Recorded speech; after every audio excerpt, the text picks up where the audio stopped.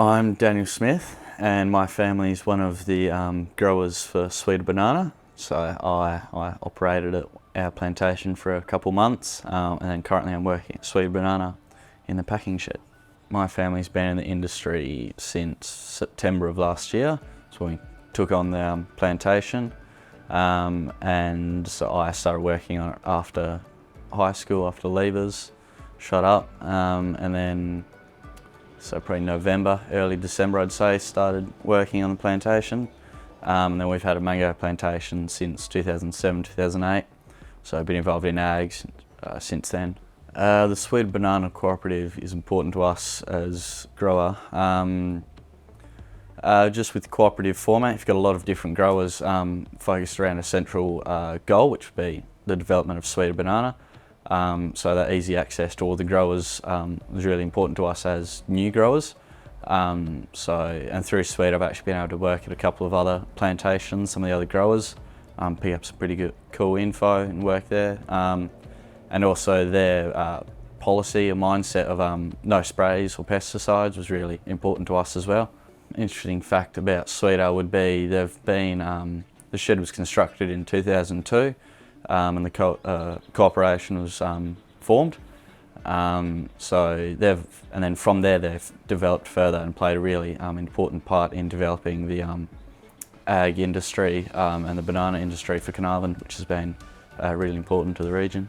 So some of the work Sweet has done is currently a couple of the farms they're taking part in a regen trial, ours included, so we're switching to a new type of fertiliser, which it's like a mineral based run, so it's got I think about 50 naturally occurring soil microbes and up to 24 naturally occurring minerals which are found in your soil anyway, so it just focuses on amping up the health of the soil. So instead of blasting it full of pesticides and insecticides to eliminating the bad stuff and all that, it focuses on really upping the ante and all the good stuff and the health of the soil. And through that I've noticed at least, nature it starts to balance itself out. So we've got a lot more spiders, snakes, bugs in the bananas. So with the prevalence of all the spiders, you don't get things like the moths on the bananas, which can be a pretty big issue, which you'd have to normally spray for.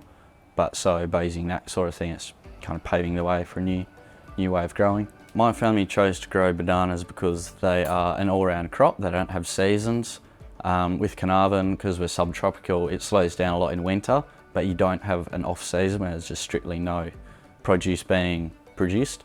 And they're also a perennial crop, which means you don't have to take the plant out after it produces a crop, which you do for tomatoes, zucchinis and other vegetables.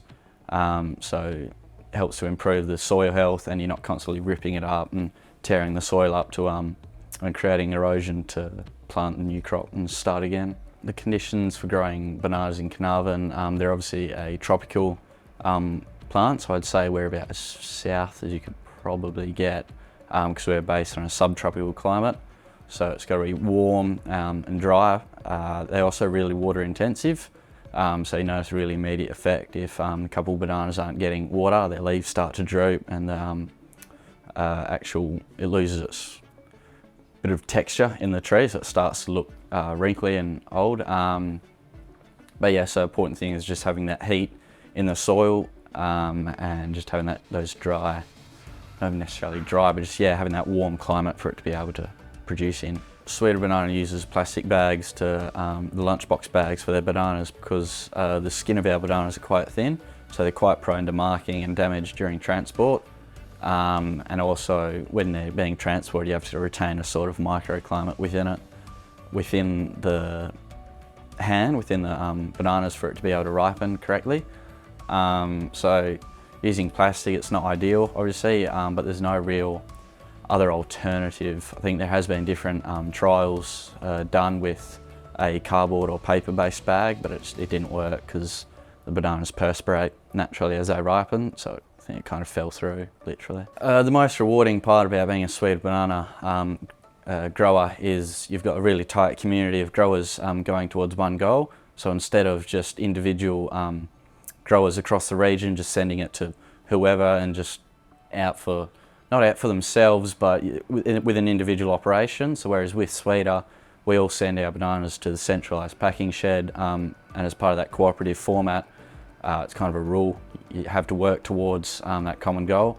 So it really allows for a lot more growth of the region and of the growers themselves, and the development of the product. Most challenging part of being a banana farmer in Carnarvon would be the spiders, for sure. But yeah, so in Carnarvon it's quite prone to the weather, drought, cyclones. There was a cyclone back in 2015 called Cyclone Olwen. I think it was a Cat 3 when it landed. It took about 12 to 14 months for sweet banana products to appear back in the shelves.